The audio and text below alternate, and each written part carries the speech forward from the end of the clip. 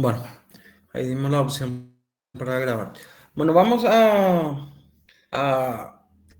iniciar el día de hoy las lecciones referentes al primero de los derechos reales que vamos a ver y que está previsto en la lección 12, que es el dominio. Bueno, antes que nada, digamos que el dominio es el derecho real más completo y pleno, completo y pleno, que una persona puede tener sobre una cosa.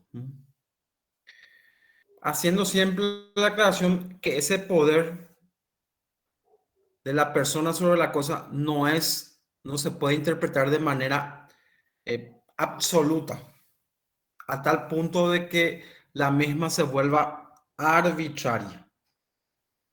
Bueno, digamos que el término dominio deriva del latín domus, casa, dominus, el señor de la casa, dominium, que es el señor de la casa y sus alrededores. Bueno, esos son o sea, estos son etimológicamente los antecedentes del término dominio. Bueno, en esta lección 11, antes de entrar en lo que es realmente nuestro Código Civil, vamos a ver así rápidamente, ¿verdad? Las diferentes teorías que sustentan o fundamentan la existencia del dominio, ¿verdad? Entre las teorías denominadas individualistas, podemos mencionar en primer lugar la ocupación. Bueno, ¿qué decía esta teoría de la ocupación?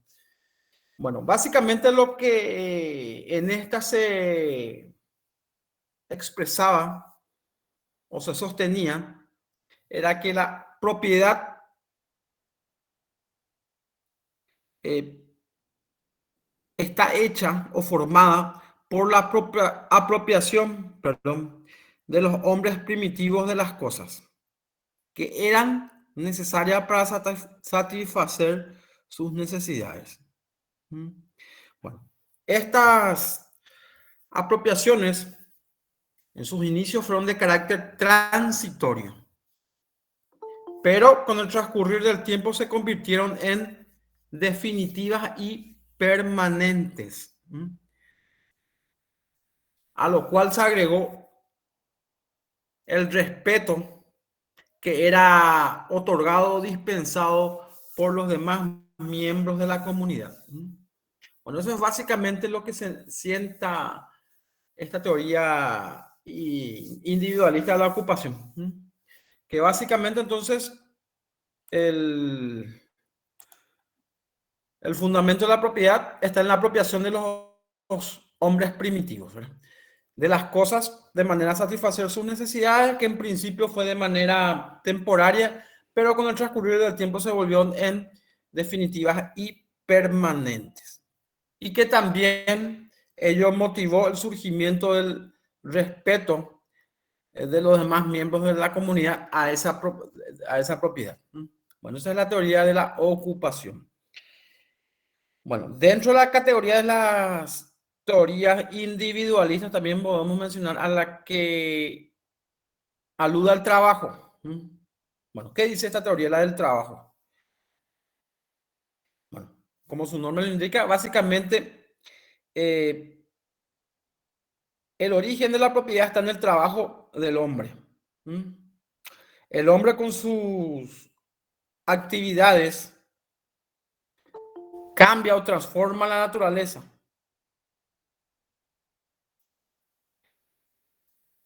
y otorga a cada cosa producida como consecuencia de su labor personal su propio sello o distinción. Esta teoría, además del trabajo, también considera la ocupación como modo de adquirir el dominio. Bueno, esta segunda teoría entonces básicamente funda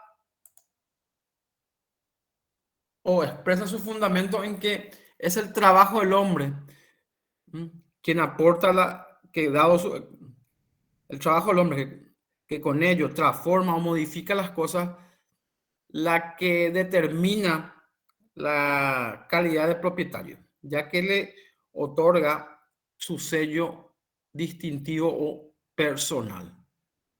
Bueno, eso es lo que sostenía esta teoría individualista. Y la tercera teoría que vamos a ver dentro de esta clasificación de teorías individualistas está la de la convención. Bueno, básicamente esta posición o teoría sostenía lo siguiente. Todos los actos del hombre, ya sea como la ocupación y el trabajo, no eran suficientes para constituir el derecho de propiedad. Este derecho, el de propiedad,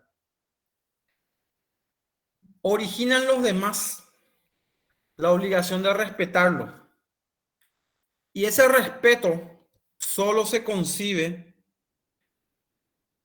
con el mutuo consentimiento o convención de los integrantes de una comunidad. Bueno, repetimos. La tercera teoría individualista, la de la convención, decía que los actos del hombre, como la ocupación y el trabajo, no bastaban para constituir el derecho a propiedad y que estos, o este derecho, el de propiedad, originaban a los demás miembros de la comunidad la obligación de respetarlo. Y eso solamente se concibe si existe un mutuo acuerdo o convención entre los miembros de la comunidad.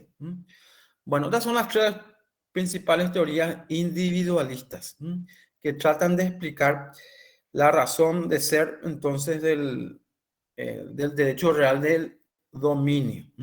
Así rápidamente vimos la ocupación, el trabajo y la convención. Bueno, no hay inconveniente con relación a esto, ¿verdad? Podemos proseguir.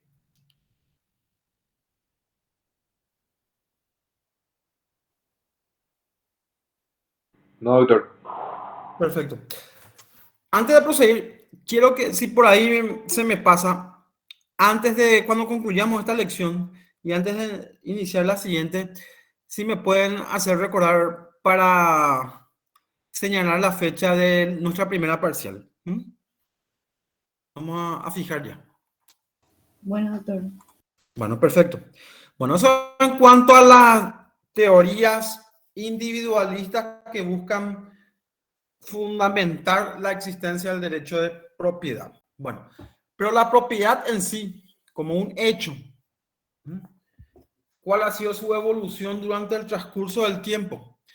Bueno, en la época primitiva no se concebía la propiedad individual, tal como lo conocemos actualmente. La propiedad era colectiva, pertenecía al clan o a la tribu. Bueno, en Roma se distinguía la propiedad quiritaria, que era de los ciudadanos romanos, y de la propiedad provincial o pretoria.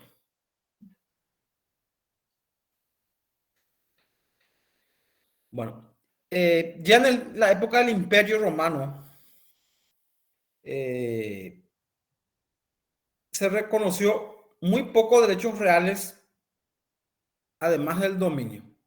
El otro era la servidumbre. Y acá es importante, en el derecho romano sí, estos derechos reales eran de carácter individual, ¿verdad? En contraposición a los tiempos primitivos, para llamarle de alguna manera. Bueno, eso era en cuanto a la apreciación de los romanos en cuanto al derecho a propiedad. Los germanos, mientras tanto, tenían un espíritu más solidario, para llamarlo de alguna manera. Y algunos autores creen que esto se daba porque los mismos eran nómadas. Los germanos de esa época, eran nómadas. Bueno, el orden jurídico de los germanos era, en principio, velar por la seguridad. Y en el derecho germano, al contrario del derecho romano, surgió... un momentito.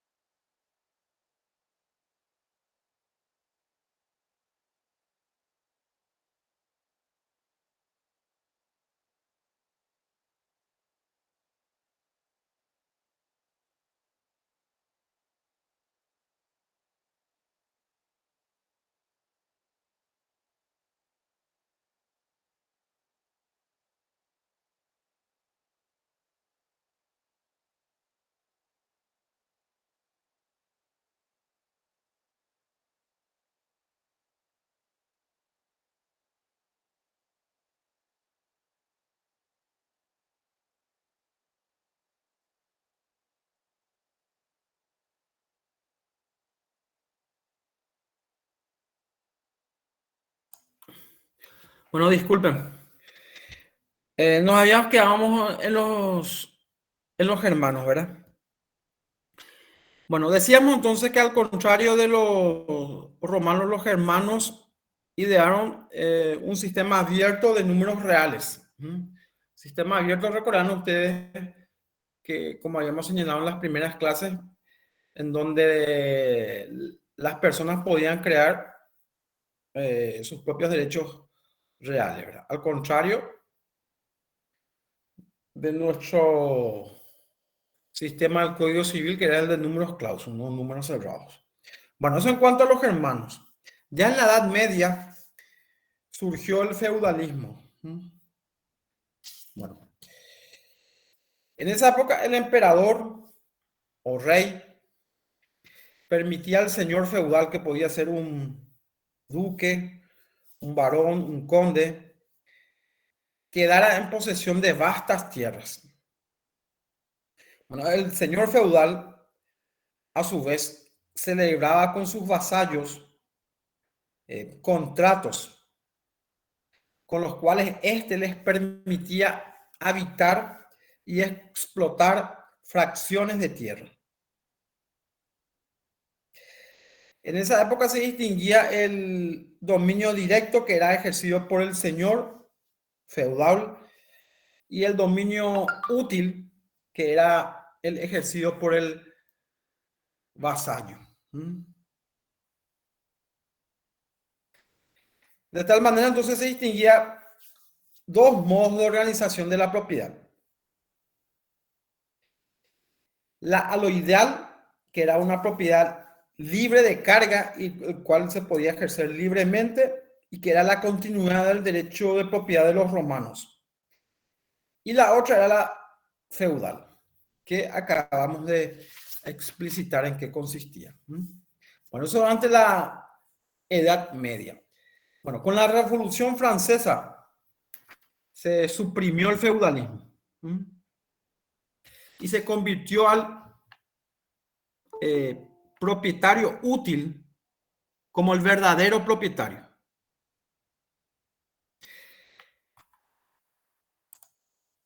El Código Napoleón, consagra al propietario como soberano y consideraba a la propiedad como un derecho sagrado e inviolable.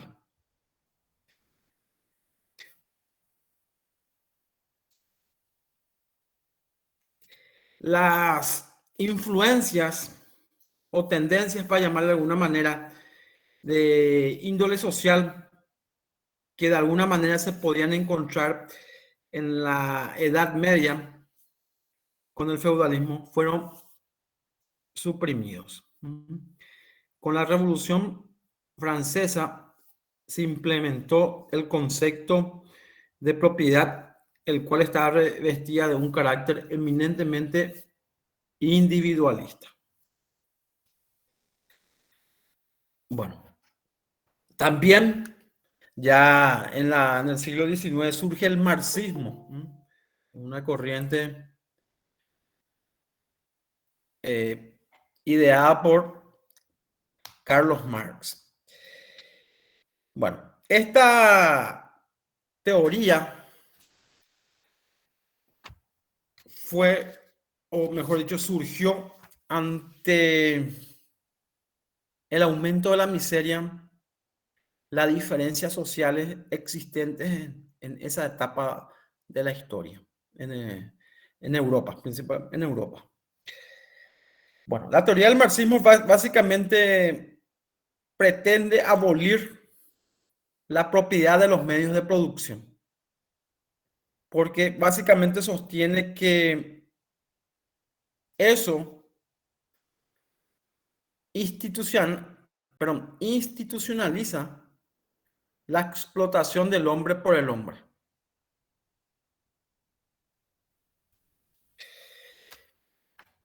La Unión Soviética, como bien ustedes saben, es el primer país que siguió los lineamientos de este autor, y en ella se distinguía la propiedad socialista y la particular o personal.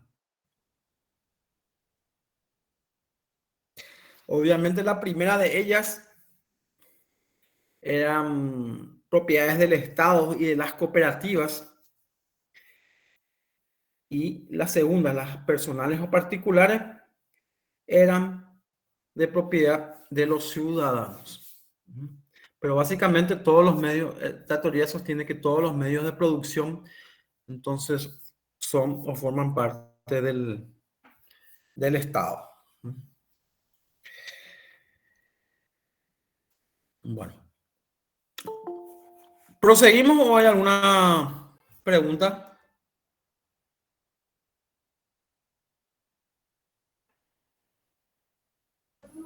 Proseguimos nomás, profe. Perfecto. Bueno, en cuanto a la función social que cumple o debe cumplir la propiedad, bueno, mencionamos al autor Duquit, quien sostenía que el propietario tiene derecho a usar la cosa, pero siempre que cumpla una función social. Distinguiéndose tres aspectos. La primera, que la obligación del propietario es la de usar la cosa de acuerdo a las necesidades personales y colectivas.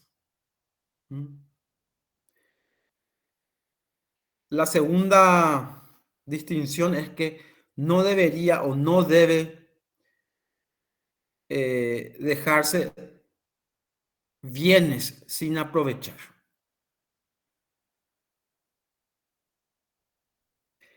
Y tercero, la obligación del propietario de permitir que se use las cosas en actividades que satisfagan necesidades de orden colectivo.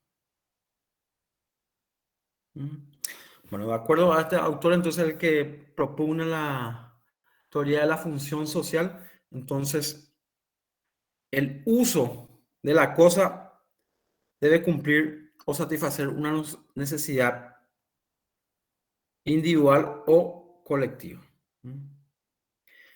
Y una cuestión importante, no debe existir bienes sin que sean aprovechados, sin dejar de usar. Bueno, también el programa nos menciona las leyes de partidas del siglo XIII. Bueno, ya en estas disposiciones encontramos el carácter social que debería de estar revestido el derecho de propiedad. Y estas leyes definían precisamente la propiedad como un poder de hacer de la cosa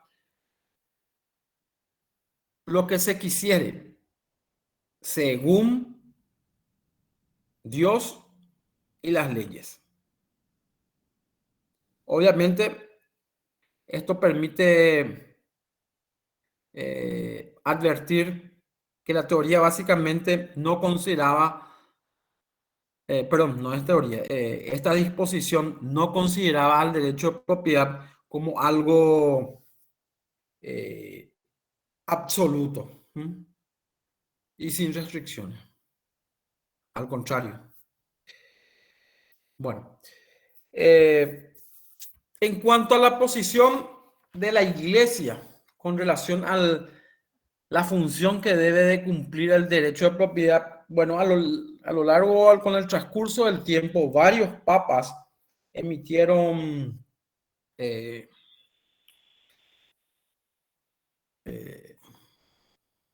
decretos papales, sentando diferentes principios, pero básicamente siempre la Iglesia Católica se mostró partidario de que el principio de la propiedad es en sí un derecho natural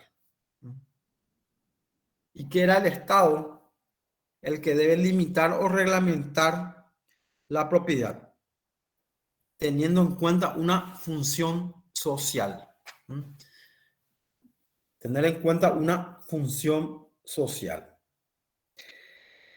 La posición de la Iglesia católica a través de los diferentes decretos papales es la de rechazar un concepto de propiedad de manera absoluta y arbitraria.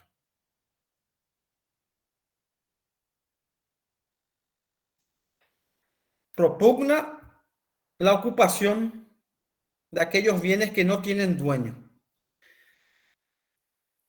Y también la especificación o el trabajo del hombre como modo de adquirir la propiedad. Como decíamos, la Iglesia Católica señalaba o señala que el hombre tiene un derecho natural al fruto o producto de su trabajo. Bueno, obviamente la posición de la Iglesia Católica tiene, o está mejor dicho, fundada en aspectos claramente de índole social. De índole social. La propiedad debe de cumplir una función social, satisfacer la necesidad en primero del propietario y también de la comunidad o sociedad. Bueno, entonces, ¿Alguien habló? Sí, sí.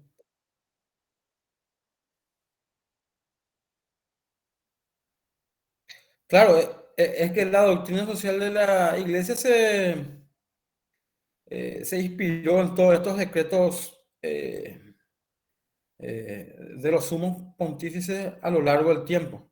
No es una posición nueva de la Iglesia Católica.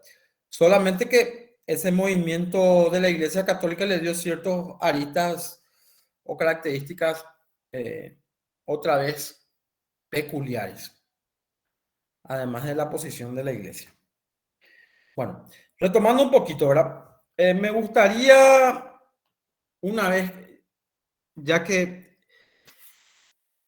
vimos lo que se considera, a qué se considera dominio, las diferentes teorías y la evolución de este concepto a lo largo del tiempo y teniendo en cuenta diferentes contextos históricos, hacer un breve resumen de cuáles son las características del dominio, que es el primero de los derechos reales que estamos viendo.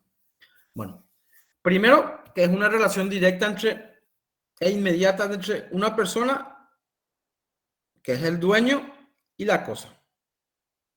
Autónomo en el sentido de que no existe otro derecho real mejor que el del dominio, o que otorga un derecho mayor que el del dominio. También hay que señalar que el dominio es de carácter exclusivo. Dos personas no pueden tener al mismo tiempo un dominio exclusivo sobre una cosa. No es absoluto, como ya dijimos a lo largo de las diferentes posiciones durante el tiempo, no es absoluto porque el propietario debe ajustar el uso de la cosa a un uso normal, no arbitrario o abusivo. Y perpetuo, decimos que es perpetuo porque el derecho de propiedad no se pierde por el no uso o pérdida de la posesión, salvo, y acá está la excepción, los casos de usucapión. Bueno, entonces estas son las características del cual está revestido entonces la figura del derecho real de dominio. Bueno, con eso entonces concluimos esta lección 12, que se refiere al dominio y su evolución durante el transcurso del tiempo.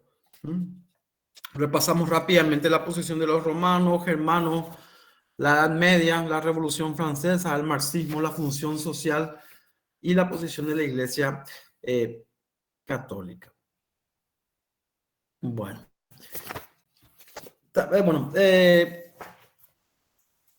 quisiera, bueno, no sé, ¿alguien tiene a mano su constitución, la Constitución Nacional?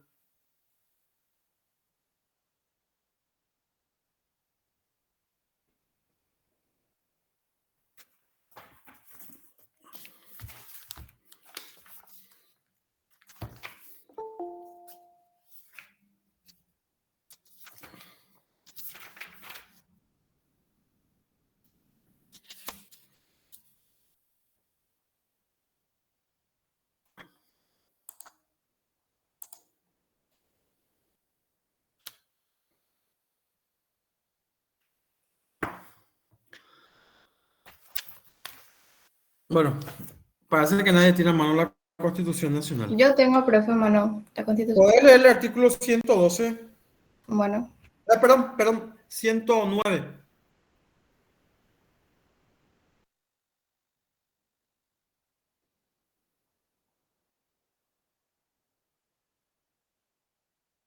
dice, de la propiedad privada. Se garantiza la propiedad privada cuyo contenido y límites serán establecidos por la ley, atendiendo a su función económica y social a fin de hacerla accesible para todos. La propiedad privada es inviolable. Nadie puede ser privado de su propiedad sino en virtud de sentencia judicial, pero se admite la expropiación por causas de utilidad pública o de interés social, que será determinada en cada caso por ley.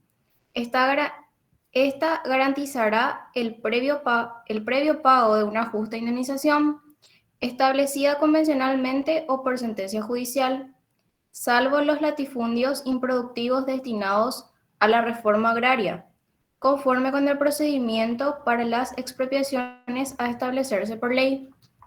Bueno, perfecto. Bueno, en ese artículo 109 de nuestra Constitución Nacional, entonces se consagra la protección de la propiedad privada, haciendo alusión que el contenido y los límites de la propiedad privada serán fijados por ley, en consideración a la función económica y social. Bueno, también nuestra disposición constitucional consagra que nadie puede ser despojado de su propiedad, pero, o mejor dicho, salvo casos de resolución o sentencia judicial, que sería el caso de la usucapión. Un ejemplo es la usucapión. También nuestra Constitución consagra la posibilidad de la expropiación de inmuebles, atendiendo a la utilidad pública o el interés social que están en juego, pero se garantiza la justa indemnización al propietario. Bueno, como podrán advertir, al mismo tiempo nuestra Constitución protege la propiedad privada, pero reconoce que la misma no puede ser ejercida de manera absoluta, sino que debe cumplir una función económica y social. Y reconoce la posibilidad de que una persona pueda ser privada mediante sentencia judicial. Bueno, en conclusión podemos decir entonces que nuestra Carta Magna tiene mucho de las teorías socialistas en cuanto a que el derecho de propiedad debe de cumplir una función social. Bueno. En lecciones siguientes vamos a ver un poquito más a profundidad la figura de la expropiación. Pero en esta bolilla hacemos referencia a esta disposición, a este artículo de la Constitución, en donde, como decíamos, al mismo tiempo consagra la inviolabilidad de la propiedad privada, pero reconoce que una persona puede ser privada de ella mediante sentencia judicial y también mediante la expropiación. Bueno, ¿alguien parece que me quería acotar algo? Sí, profe. Sí. Profe, referente el artículo 109 de la Constitución Nacional, Sí. el segundo párrafo dice, no estoy pudiendo comprender, ¿verdad? Dice, nadie puede ser privado en sus propiedad sin en virtud de sentencia judicial. Dice, ¿qué quiere decir específicamente en ese aspecto, profe? ¿Tu pregunta en concreto cuál es? Pues viste que dice acá, dice, nadie puede ser privado de su propiedad sino Si no, en en virtud de virtud sentencia de judicial. sentencia judicial. Entonces, o sea que si mi propiedad está no sé, o yo estoy en falta con algunas leyes, no sé, en ese sentido, eso nomás no estoy pudiendo entender. Bueno, para ser práctico, una forma, vamos a ver más adelante, una forma de perder la propiedad de un inmueble es mediante el juicio de usucapión. Si vos tenés una propiedad y en esa propiedad vive hace 30 años una persona, esa persona te puede hacer un juicio de usucapión y te va a ganar y se va a quedar con la propiedad. A eso alude la sentencia judicial. Y otro ejemplo rápido que podemos poner son en los casos en donde se reclama sumas de dinero. Puede ser en diferentes conceptos, ¿verdad? Deuda, impuestos, pagaré, cheque, en diferentes conceptos. No se le paga al acreedor y al momento de hacer la ejecución, si vos tenés un inmueble, te embarga y se lleva a remate judicial, ¿verdad? También sería un caso de que una persona pierde la propiedad de un inmueble por disposición judicial. Bueno, así trato de ser bien claro, al menos rápidamente. Estos son los dos casos que son los más normales que se me ocurren ahora, porque en virtud del cual una persona pierde su propiedad por sentencia judicial. Bueno, no sé Perfecto, si quedó claro esto. Sí, profe, ahora sí. Porque tenía nomás unas dudas ahí, pero ahora sí, ya me queda claro. Gracias, profe. Siempre tienen que tener en cuenta que cuando se habla de sentencia judicial, tienen que imaginarse que esa es la etapa final, es la conclusión de todo un proceso previo, de un juicio. La sentencia no va a salir porque sí al comienzo, ¿verdad? La sentencia es la etapa procesal concluyente de todo un proceso judicial, en donde obviamente se tuvieron que discutir las cuestiones. Bueno.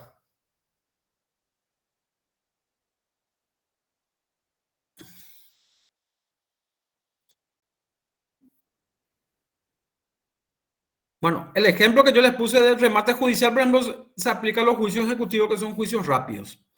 Los juicios usucapión es un juicio ordinario, que sin ninguna dilación, para llamarle de alguna manera, son procesos que tienen plazos más largos.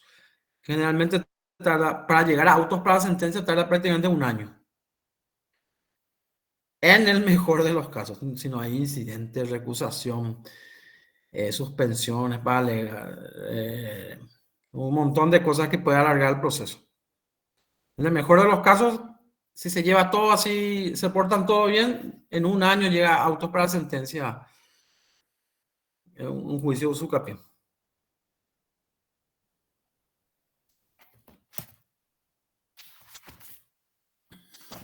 Bueno, si no hay ninguna otra consulta, entonces me gustaría fijar nuestra fecha de la primera parcial.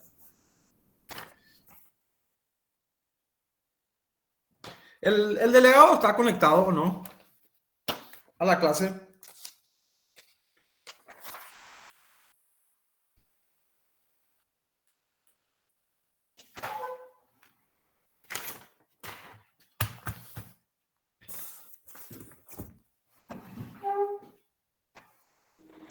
Parece que no pudo entrar. No puedo entrar, bueno, perfecto. Bueno, tengo acá a la vista nuestro calendario académico.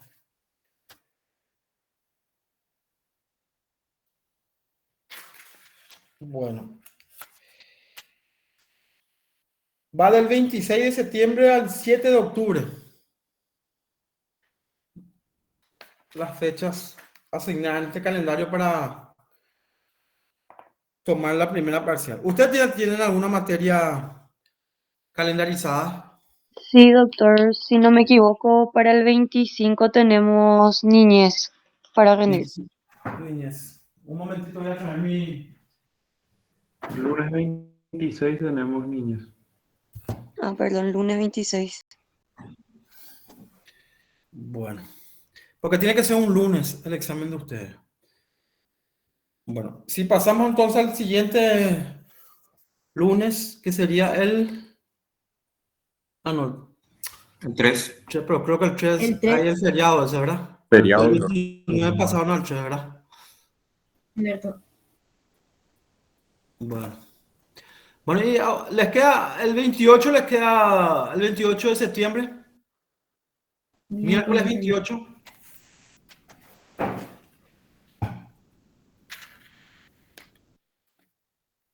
No sé, profe, no sé cómo estará la agenda de delegatura. Los delegados y compañeros poder debatir. Y seguramente que los delegados ya le va a comunicar a usted. Porque Bueno, vamos a hacer lo siguiente. Nosotros tenemos otra vez clase el miércoles, pasado mañana. Vamos a dejar tentativamente el 28 de septiembre, ¿verdad? Ustedes ahí me dicen, ¿confirmamos o vemos otra fecha? Súper, profe, le vamos a avisar a los delegados también, como para que tengan en cuenta y se comuniquen contigo. Ya, perfecto. Profe, disculpe, Sí. creo que el 28 ya está fijado para niñez. No, y pues recién me dijeron que ni el 26. 26 era, doctor. Profe, ahí va a entrar alguno de los delegados, profe. Dale, perfecto.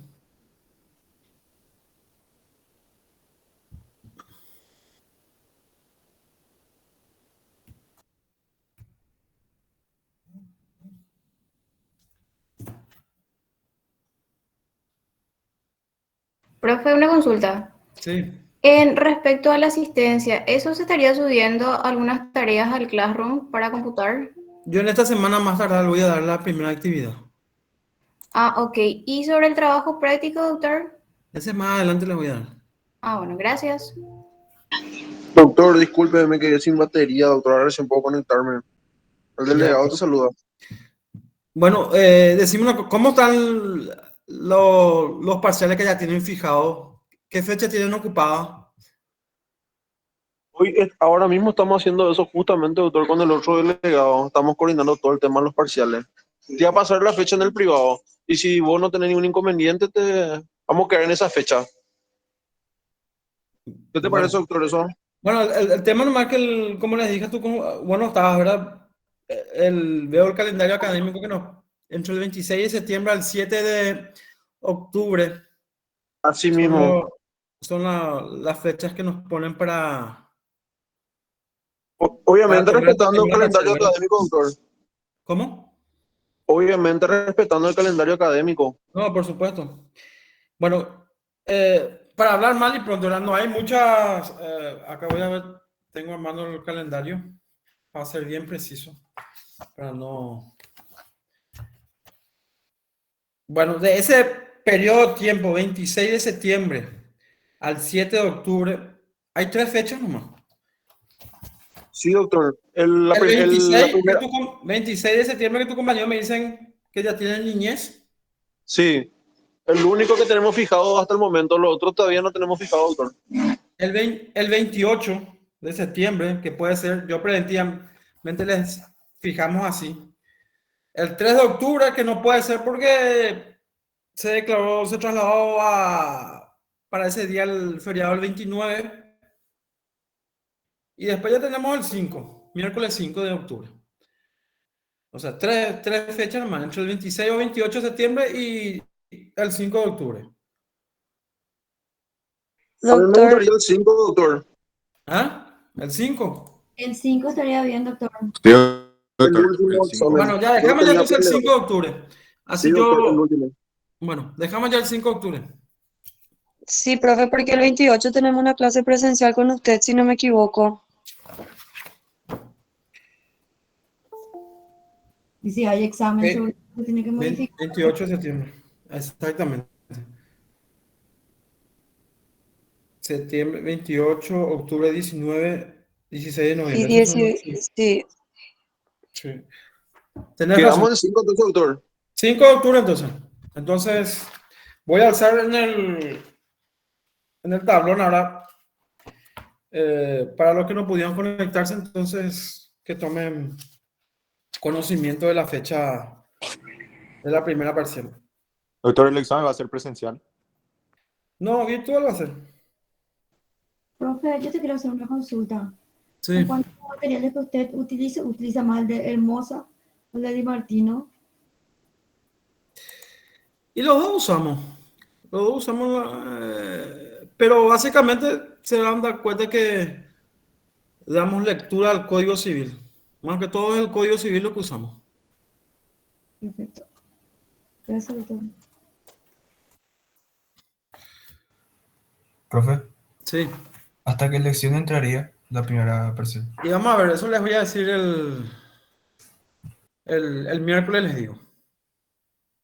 Bueno, procedimos entonces, ya fijamos la fecha, procedimos entonces con la lección siguiente. Siempre bolillas que hacen referencia al derecho de propiedad, tenemos la extensión del dominio. La extensión del dominio. Estamos en lección 13, para que puedan ubicarse. Bueno, acá sí ya entramos dentro de nuestro derecho positivo. Ya entramos dentro de nuestro código civil. Bueno. Entonces, lección 13, extensión del dominio. Dominio de cosas muebles e inmuebles. Bueno, ¿quién puede leer el artículo 1962 del Código Civil?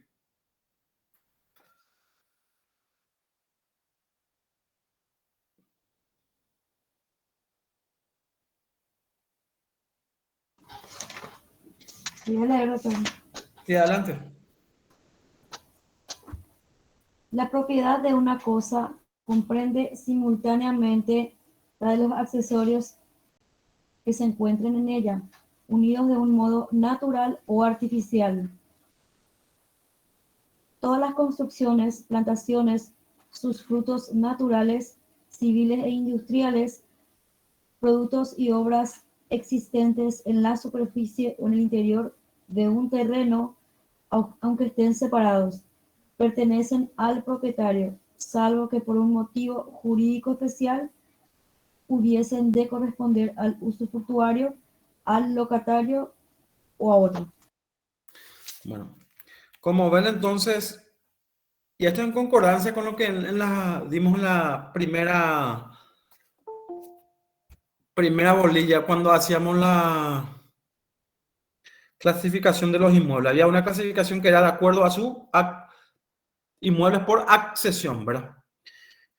Bueno, entonces, claramente este artículo en cuestión va, o mejor dicho, contempla la situación de los inmuebles.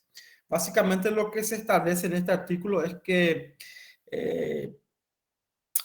la propiedad de un inmueble comprende también los accesorios, ya sean puestos de manera natural o artificial.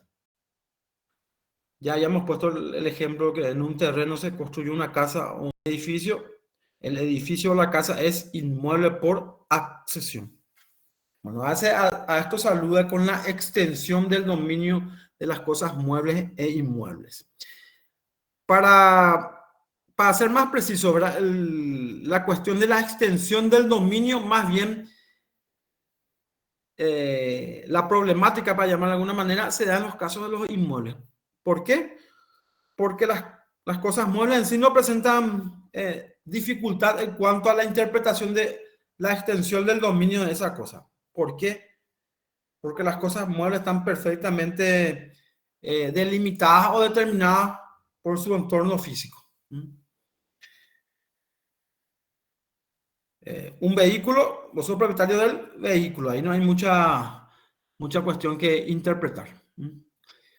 Por eso decíamos, la cuestión de la extensión del dominio para la cuestión de controversia se aplicaría más, o mejor dicho, se aplica para los casos de los inmuebles, no para los muebles.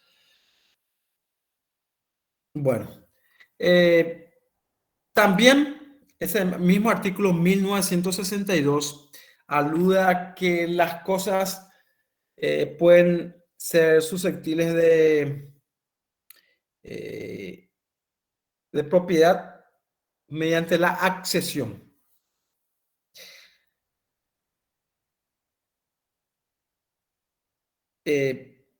Ahí en este artículo se hacía referencia a los frutos, que son un modo de accesión directa del inmueble, o la edificación o incorporación, que es un modo de accesión artificial, es decir, hecha por el hombre. Sí, sí, sí.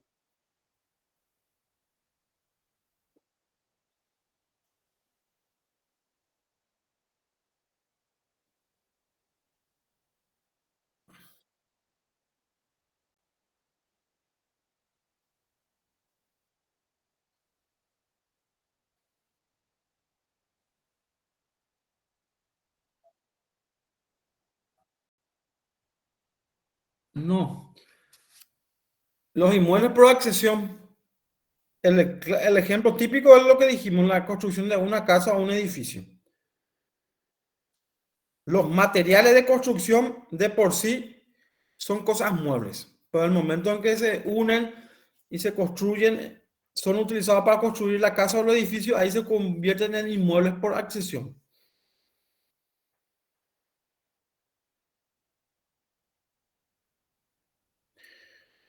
No sé si quedó claro eso.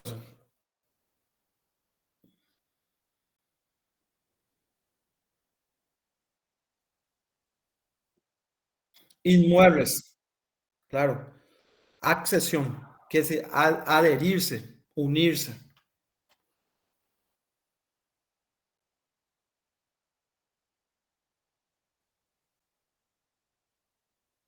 ¿De qué?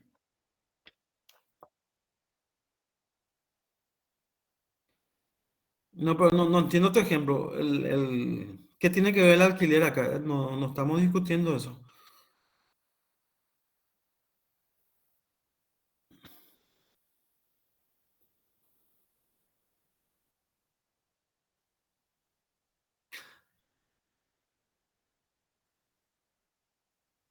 Y bueno, escuchaste el ejemplo que acabo de decirle. El ejemplo típico de la accesión es la construcción de una casa en un inmueble, en un terreno. La casa, la edificación se convierte en inmueble por accesión. Antes de ser utilizados esos materiales de construcción que eran cosas muebles, estaban sueltas. El momento en que se puso y se construyó, ahí se convirtió en inmueble por accesión.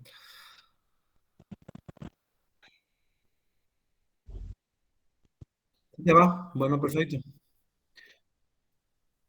Bueno, ¿proseguimos o hay otra consulta? Hola, profe. Villamayor, soy una pregunta. Sí. ¿Qué pasa con estas casas prefabricadas? En algún momento vuelven a ser mobiliario cuando uno lo desmantela. Bueno, en eso, si no tienen el carácter de permanente, que era que habíamos dicho, eran inmuebles por destinación.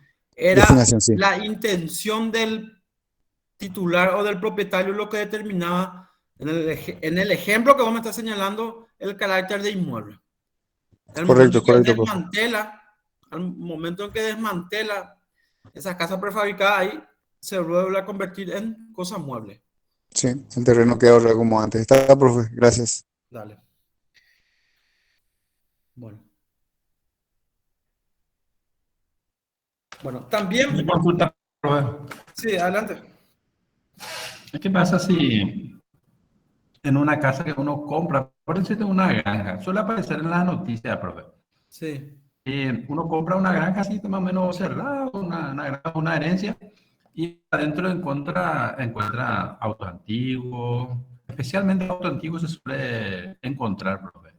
En este caso, nuestra legislación, ¿para quién pertenece esos autos antiguos en este caso, profe? Bueno, el ejemplo que vos estás dando, el de los autos antiguos, no se aplicaría a accesión. ¿Por qué? Porque esos son cosas muebles registrables. El vehículo va a tener que registrar en el registro. Correcto. Bueno, a los efectos de establecer un poco la distinción o clarificar esta cuestión de la accesión, hay que hacer el distingo de qué es lo que se entiende por frutos y qué se entiende por productos. ¿Qué son los frutos y qué son los productos? Bueno, primero vamos a ver qué son los frutos. Y acá hacemos el distingo que los frutos pueden ser, primero, naturales. Como su nombre lo indica, los frutos naturales son aquellos que son producidos por la tierra.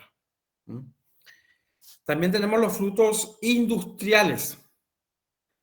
Bueno, los frutos industriales son los que se obtienen por el trabajo del hombre. Y los frutos civiles, que es el producto del alquiler de los edificios o los intereses de un crédito, por ejemplo. Esos constituyen frutos civiles. Frutos civiles. Los frutos son una accesión directa o constituyen un modo de accesión directa. Repetimos, pueden ser naturales, industriales y civiles. Bueno, ¿y cuáles son las distinciones entonces entre los frutos y los productos?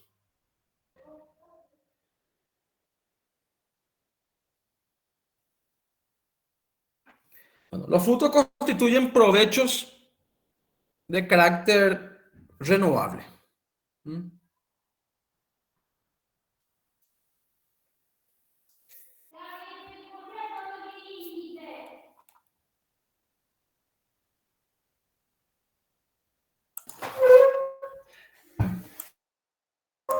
Un momentito.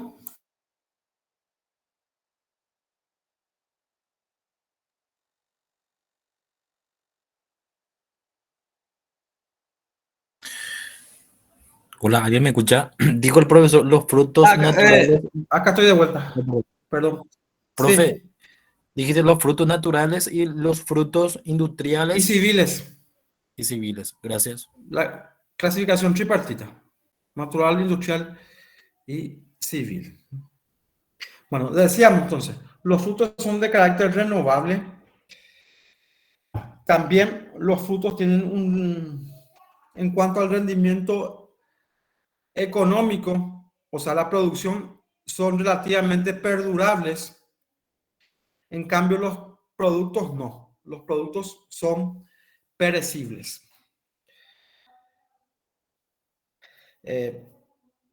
Los frutos que producen un bien no alteran ni disminuye la sustancia o esencia del bien.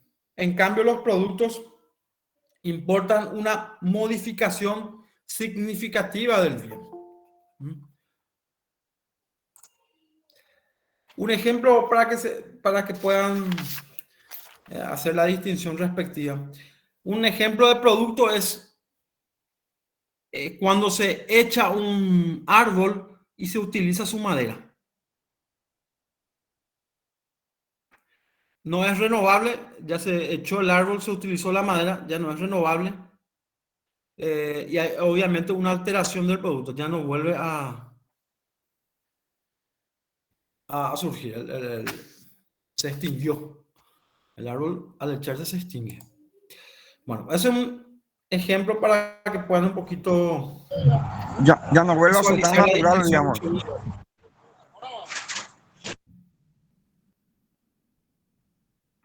Bueno, proseguimos. También el programa nos pide dominio del espacio aéreo, dominio del subsuelo.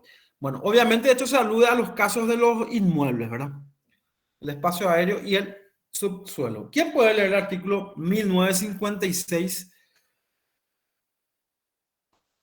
Le leo, doctor. Sí. Con las limitaciones contenidas en la ley, la propiedad de un inmueble, además de comprender la superficie del terreno, se extiende a todo el espacio aéreo y al subsuelo que dentro de sus límites fueren útiles al ejercicio de este derecho. No podrá el dueño impedir los actos que se realicen en tal altura o a tal profundidad cuando él no tenga ningún interés en excluirlos. Bueno, entonces, este artículo 1956 consagra el derecho de propiedad, que el derecho de propiedad se extiende al espacio aéreo y al subsuelo del inmueble, en cuanto sea utilizable y en provecho del propietario. Por ejemplo, si pasa un avión sobre tu propiedad a 2000 metros de altura, vos no vas a decir, está sobrevolando sobre mi propiedad, ¿verdad? No hay ningún provecho, con ningún perjuicio que te ocasiona eso.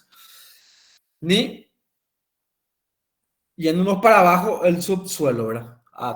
Este artículo en cuestión habla de a tal profundidad que el propietario no tenga ningún interés en excluir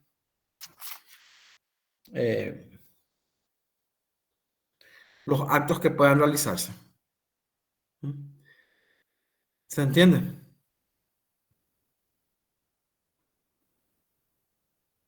Sí, doctor. En concreto, entonces, el derecho o el dominio de un inmueble se extiende al espacio aéreo y al subsuelo, en tanto le es útil al propietario.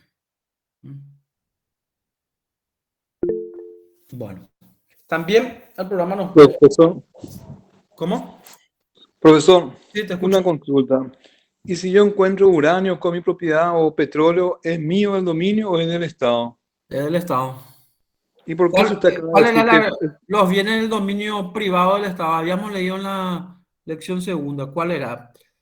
Todo, le pertenece al Estado todo lo que está en la profundidad, salvo aquellas las sustancias pétreas, terrosas y calcáreas, ¿verdad?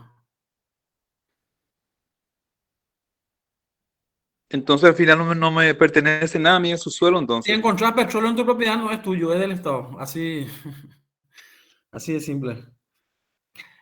Lo que el Estado puede dar es derechos de concesión y de explotación para investigar, pero tiene que haber una autorización del Estado. O sea que yo no tengo dominio entonces sobre su suelo. No, no es que no tenés dominio sobre el subsuelo. Por este artículo no me estoy refiriendo. Sí, pero lo que pasa es que vos estás leyendo de manera aislada el 1956, pero también tendrás que leer lo que dice el... Me estoy yendo un poquito hacia atrás, ¿no? Por eso estoy ojeando mi código.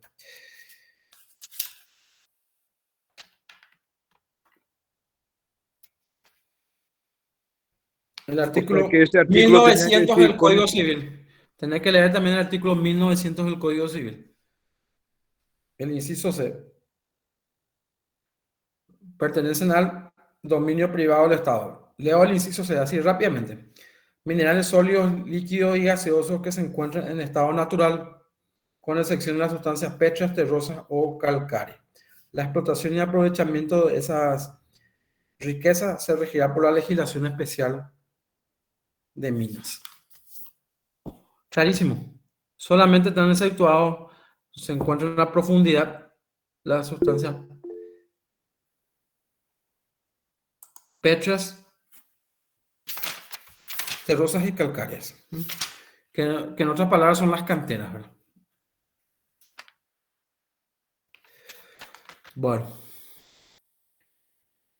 Bueno, eso en cuanto al subsuelo. El régimen de minas, bueno, leímos así ese artículo 1900 en el inciso C, en que claramente aluda a que es del dominio privado del Estado todos los minerales sólidos, líquidos y gaseosos que se encuentran en estado natural. Y de los particulares que eran las sustancias pétreas, terrosas o calcáreas.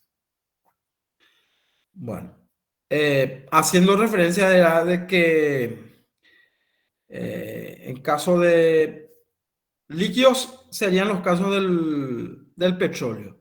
Gaseosos serían el caso de que se encuentre gas natural, ¿verdad? Y minerales sólidos sería, por ejemplo, el ejemplo que vos pusiste, uranio, ¿verdad?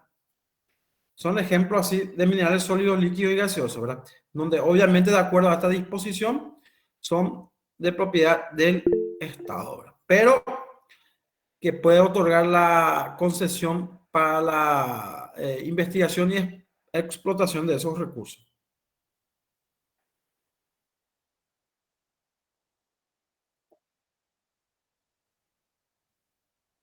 Bueno, pero ¿qué decía el artículo 1900?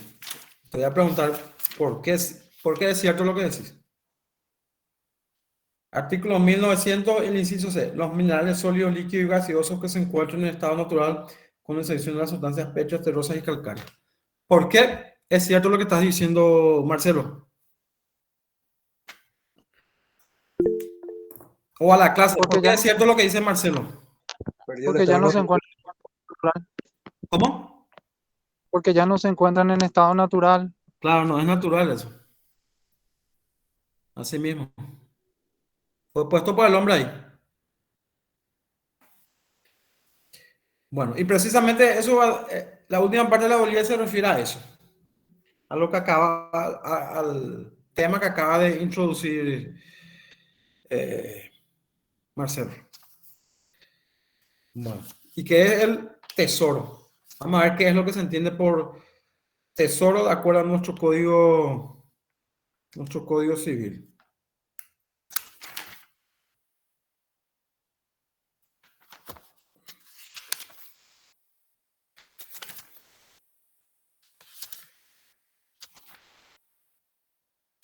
Un momentito, estoy buscando el artículo en cuestión para empezar un poco.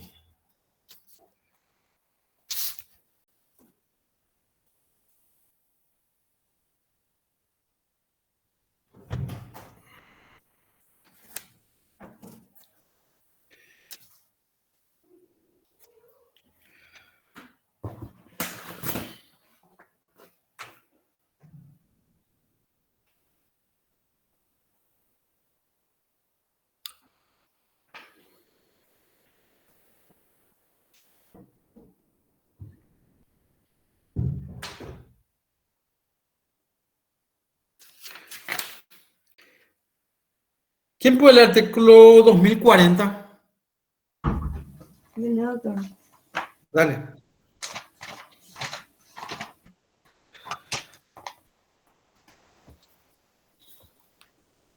Se tendrá por tesoro todo objeto de valor sin dueño conocido que estuviere oculto o enterrado en un inmueble. No lo serán aquellos objetos encontrados en las sepulturas o lugares públicos destinados a ese fin. El que hallare un tesoro en fondo propio adquiere el dominio de él, pero si el descubrimiento fuere predio ajeno, lo dividirá por mitad con el dueño de este. Bueno, entonces ahí tenemos. ¿Cuáles son los requisitos para considerar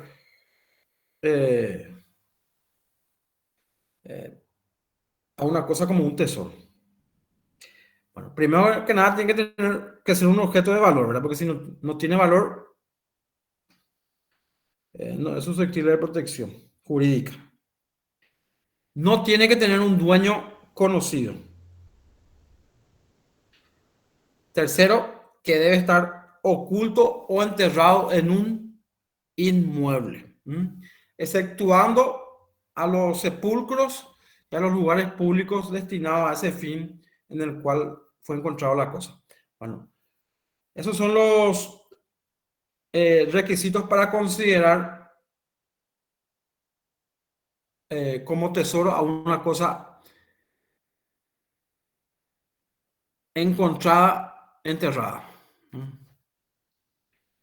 Profe, Sí, ¿eso está en el Código Civil paraguayo o el Código Procesal Civil? Porque yo tengo...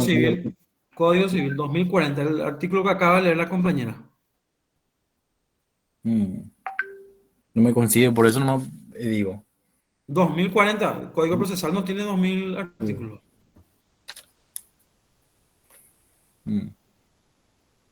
Bueno.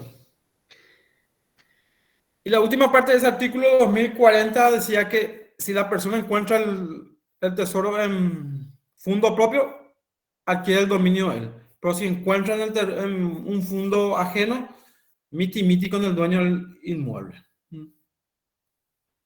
Bueno.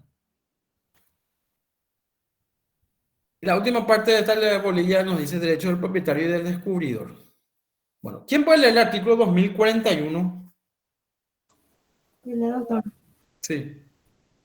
Se reputa descubridor el tesoro el primero que lo haga visible, aunque sea en parte, siquiera no la aprenda ni reconozca que es un tesoro, y haya otros que trabajasen con él. Si el mismo sitio o inmediato a él hubiese otro tesoro, su descubridor será el primero que lo hiciere visible. Bueno, este artículo 2041 es lo que más o menos define a quién se le considera descubridor del tesoro, ¿verdad? Y en la apretada síntesis es al que lo haga visible, al primero que haga visible, aunque esa persona no se dé cuenta que es un tesoro.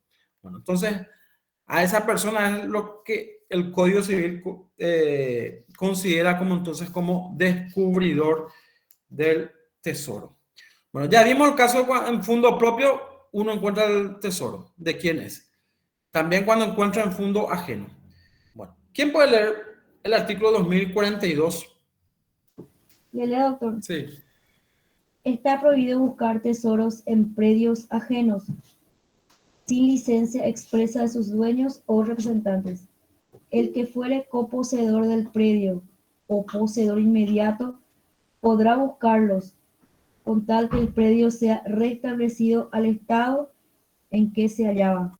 Bueno, este artículo 2042 básicamente lo que dice es nadie puede entrar en propiedad ajena a buscar sin la autorización del dueño. ¿Puedes leer el siguiente, el 43? Correcto.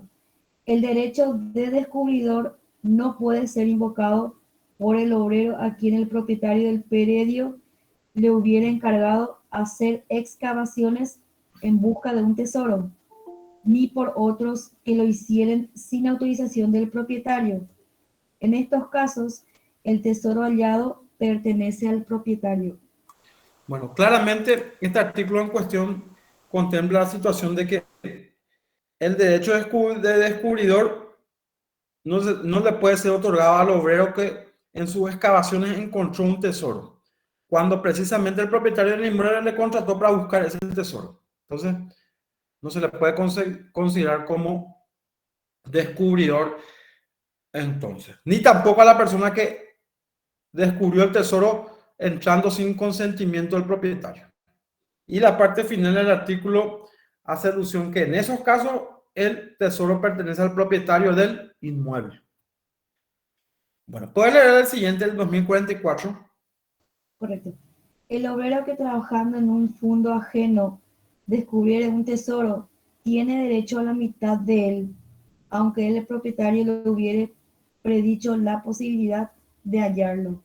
Bueno, acá contempla otra situación. Cuando un obrero encuentra o descubre un tesoro en terreno ajeno, pero haciendo un trabajo, no buscando ese tesoro, ¿verdad? Entonces, ahí se aplica el mismo principio de la parte final del 2040. Entonces, miti-miti entre el descubridor y el propietario del inmueble.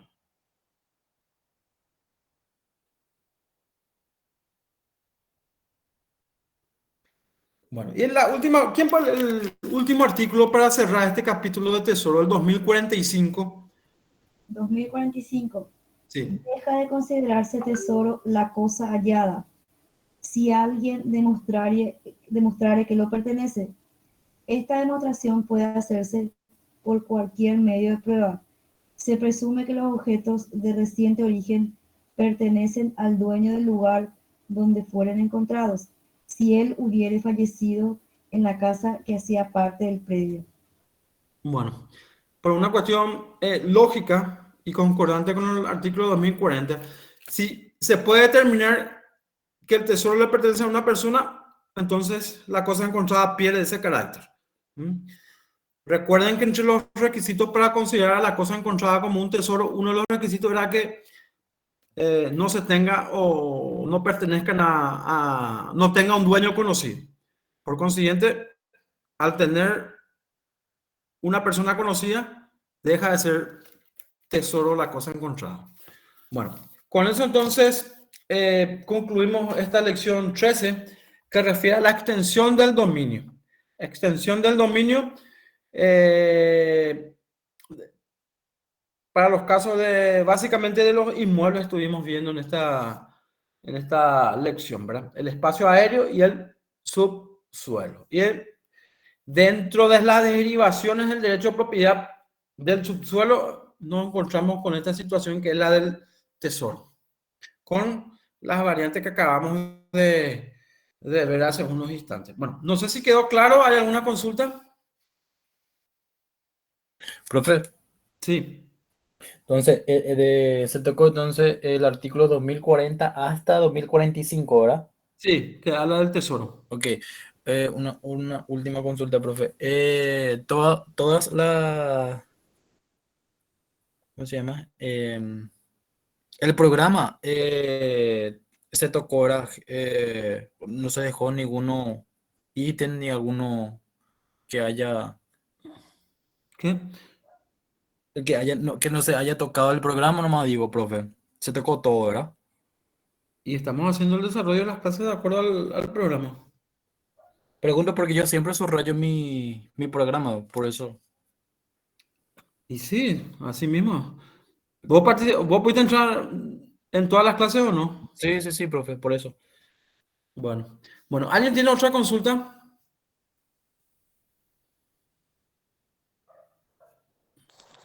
No, profe. Bueno, perfecto. Ya estamos casi sobre hora. Ustedes tienen clases seguramente dentro de un rato, ¿verdad? Bueno, entonces, nos volvemos a encontrar el próximo, el miércoles. Y recordando que fijamos el 5 de octubre como fecha de nuestra primera parcial. Ok, muchas gracias, doctor. Vale, nos encontramos nuevamente el miércoles. Gracias, doctor. Hasta luego.